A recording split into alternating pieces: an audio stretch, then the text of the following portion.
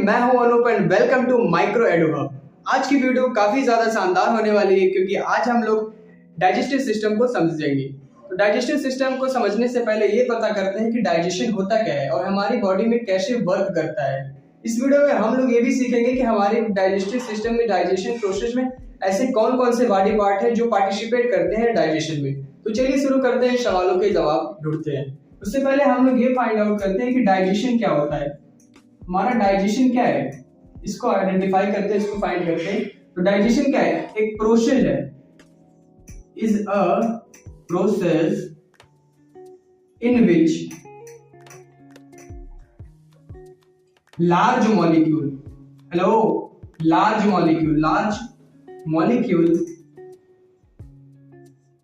Are break down into small molecule।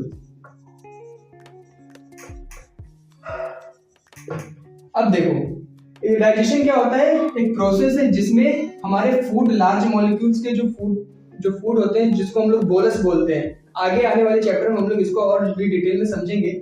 जो हमारा food होता है वो हमारा लार्ज मॉलिक्यूल में फॉर्म में होता है, उसको ब्रेक डाउन करके स्मॉल मॉलिक्यूल्स में तोड़ने को हम लोग डाइजेशन कहते हैं। एक बार फिर से समझते हैं, लार्ज मॉलिक्यूल्स को ब्रेक डाउन करेगा यानी तोड़कर किसमें, स्मॉल मॉलिक्यूल्स में तोड़ने को हम लोग क्या कहते हैं, डाइजेशन कहते हैं। ठीक है, हमारे बॉडी में आपको डाइजेशन समझ में आ गया। हमारे बॉडी में देखते हैं कि डाइजेशन किस ऑर्गन के थ्रू ये जाता है। हमारा जो माउथ होता है, यहाँ से हम लोग फूड को एंटर करते हैं या इनटेक करते हैं। तो जो फूड यहाँ से जाता है तो इसको हम लोग बोलस के नाम से जानते हैं। अभी आगे पढ़ेंगे इसके बारे में। तो ये क्या होता है कि हमारा फूड जब माउथ से एंटर होके किसमें जाता है, ओसोफेगस में। ओसोफेगस से जाके हमारा स्टमक में जाएगा। ओसोफेगस को हम लोग फूड पाइप के नाम से भी जानते हैं। और उसके बाद हमारा जो फूड होता है वो एंटर करेगा हमारे स्टमक में। स्टमक में हमारे ढेर सारे एंजाइम और एसिड पाए जाते हैं, जैसे HCl हो गया, पेप्टिक एंजाइम हो गया। ये सब क्या करते हैं, हमारे फूड को ब्रेक डाउन करेंगे इस लार्ज मॉलिक्यूल से स्मॉल मॉलिक्यूल में। उसके बाद ये हमारा जो फूड होता है ये धीरे धीरे हमारे स्मॉल इंटेस्टाइन में एंटर करता है। स्मॉल इंटेस्टाइन में हमारे 3 पार्ट होते हैं, डेडुनम, जेजुनम एंड इलियम। ये आगे क्लासेस में हम लोग पढ़ेंगे। तो इसमें क्या होता है कि जो हमारे फूड जो स्मॉलेस्ट मॉलिक्यूल होते हैं उससे एनर्जी को एब्जॉर्ब किया जाता है इस स्मॉल इंटेस्टाइन में। इससे जो एनर्जी मिलती है, जो विटामिन, मिनरल, कार्बोहाइड्रेट, फैट मिलेंगे हमारे फूड जो हम लोगों ने इंटेक किया है उससे इसमें क्या होगा, एनर्जी एब्जॉर्ब होगा। हमारे स्मॉल इंटेस्टाइन में विलाई भी पाई जाती है जो इस वर्क को परफॉर्म करती है, यानी न्यूट्रिशन को एब्जॉर्ब करती है फूड से। फिर जो हमारा ये फूड होता है ये हमारा एंटर कर जाता है किसमें, लार्ज इंटेस्टाइन में। लार्ज इंटेस्टाइन में जाते हैं, इसमें ढेर सारे एंजाइम्स रिलीज होते हैं जिसकी वजह से जो हमारे वेस्ट प्रोडक्ट होते हैं वो हमारा एनस के थ्रू बाहर निकल जाते हैं। स्मॉल इंटेस्टाइन के भी 3 पार्ट होते हैं और लार्ज इंटेस्टाइन के भी 3 पार्ट होते हैं।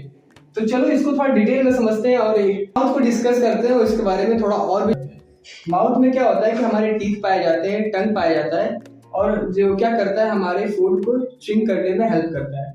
जो टीथ होता है हमारा ये 32 होता है, लेकिन इसमें जो सलाइवा पाई जाती है हमारे माउथ में वो 3 टाइप की होती है, वो आगे बढ़ेंगे। लेकिन ये जो सलाइवा का काम क्या होता है, लुब्रिकेशन का काम होता है। जब हम लोग टीथ से फूड को च्युइंग करते हैं तो स्वेलअप करने के लिए हमें सलाइवा की जरूरत होती है, जो क्या करता है कि लुब्रिकेशन का काम करता है। लुब्रिकेशन यानी फ्रिक्शन प्रोवाइड करेगा जिससे हम लोग आसानी से निगल लेंगे। उसके बाद हमारा जब निगल लेते हैं तो हमारा एसोफेगस में वो फूड आता है जिसको हम लोग फूड पाइप के नाम से भी जानते हैं। ये क्या करते हैं, ये कनेक्ट करता है हमारे माउथ को किससे, स्टमक से कनेक्ट करता है। जैसा कि आपने डायग्राम में देखा था कि माउथ को किससे कनेक्ट करेगा, स्टमक से करेगा। और इससे ये फूड पाइप होता है, इसमें भी फ्रिक्शन होती है, इसमें भी एंजाइम सीक्रेट होते रहते हैं जिससे जो हमारा फूड होता है वो इजिली हमारे स्टमक में आ जाता है। स्टमक में क्या होता है, स्टमक में फिर हम लोग स्टमक बताते हैं। स्टमक में क्या होता है कि हम लोग HCl पाया जाता है जो क्या करता है, उसको एक मिक्सी का काम करता है, वर्क लाइक अ ब्लेंडर जैसे हमारे घरों में होता है, जो उसको एकदम छोटे छोटे पार्टिकल में तोड़ देता है। वो हेल्प करता है उसको तोड़ने के लिए HCl और कुछ एसिटिक एसिड पाए जाते हैं, एसिटिक जूस पाया जाता है जो सीक्रेट होता है, जिसकी वजह से जो फूड होते हैं उसके वो बहुत एकदम स्मॉल पार्टिकल में टूट जाते हैं। उसके बाद जो हमारा फूड होता है वो एंटर करता है किसमें, स्मॉल इंटेस्टाइन में। जब स्मॉल इंटेस्टाइन में एंटर करेगा तो जो हम लोगों ने फूड इंटेक किया है उससे हमें कौन कौन से न्यूट्रिशन, कौन कौन से मिनरल्स, विटामिन मिलेंगे, इस सबको कौन आइडेंटिफाई करता है, हमारे स्मॉल इंटेस्टाइन। स्मॉल इंटेस्टाइन क्या करता है, जो हमारे फूड हमने इंटेक किया है उससे वो फूड न्यूट्रिशन को एब्जॉर्ब करेगा थ्रू विलाई जो आगे बढ़ेगी। विलाई के बारे में जो क्या करता है, इसके अंदर एब्जॉर्प्शन होती है और जो हमारे फूड की न्यूट्रिशन हो गए, मिनरल्स हो गए, इन सबको एब्जॉर्ब करके हमारे बॉडी में ब्लड के थ्रू ट्रांसफर करता है। उसके बाद जो वेस्ट प्रोडक्ट हो जाता है वो हमारा स्मॉल इंटेस्टाइन के थ्रू किस में आ जाता है, लार्ज इंटेस्टाइन भी। लार्ज इंटेस्टाइन क्या करता है, इसमें भी एंजाइम पाए जाते हैं। हमारा जो फूड का जो वाटर का एब्जॉर्प्शन होता है वो हमारा कहाँ होता है, लार्ज इंटेस्टाइन के अपेंडिक्स में होता है।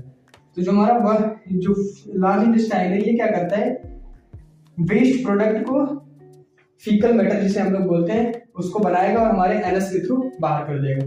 तो आई होप कि आपको ये वीडियो समझ में आ गया होगा और डाइजेशन के प्रोसेस को समझ में आ गया होगा